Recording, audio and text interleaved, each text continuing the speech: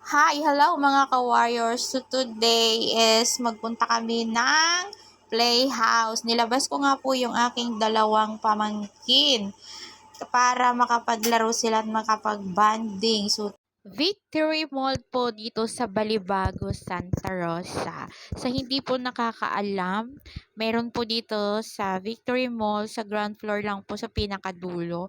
Ang ganda po ng kanilang playhouse. Sobrang luwag. As in, hindi po nag-aagawan yung mga bata sa laruan kasi nga sobrang lawak po.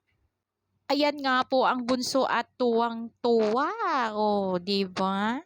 Kokonti pa lang po yung naglalaro diyan. Siguro 'pag Sunday marami po, pero sobra grabe, ang laki guys, nakakatuwa. Sulit yung bayad mo. Ang dami pong activity na magagawa yung mga anak nyo, 'di ba? Iwas gadget. So, ayan tuwang-tuwa si Caitlyn kasi talo pa niya ang ang kiti-kiti, hindi mapakali. Yun. So, ayan, tamang-tama lang yung pinagdalhan namin sa kanila kasi sobrang daming pwede mong pagtatalunan, susuhutin nila, gagapangan, ganun.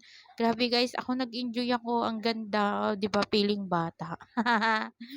Tapos ayan, sa mga hindi pa po nakakaalam, ayan meron po diyan sa Victory Mall. Ang ganda-ganda talaga, as in dalhin niyo na yung kids niyo doon. Ang bayad niya po is 200 ang isang oras ng isang bata. Tapos kasama na po yung guardian kasi kasasamahan niyo sila sa loob. So ayan, tatlo po sila binayaran namin. Wow! Yummy! Ate, mag-eat. Mag-eat, hindi puro juice. Finish mo yan. Alam mo, ilagay dyan ang drink. Yung mga kasi, mga tao. Mga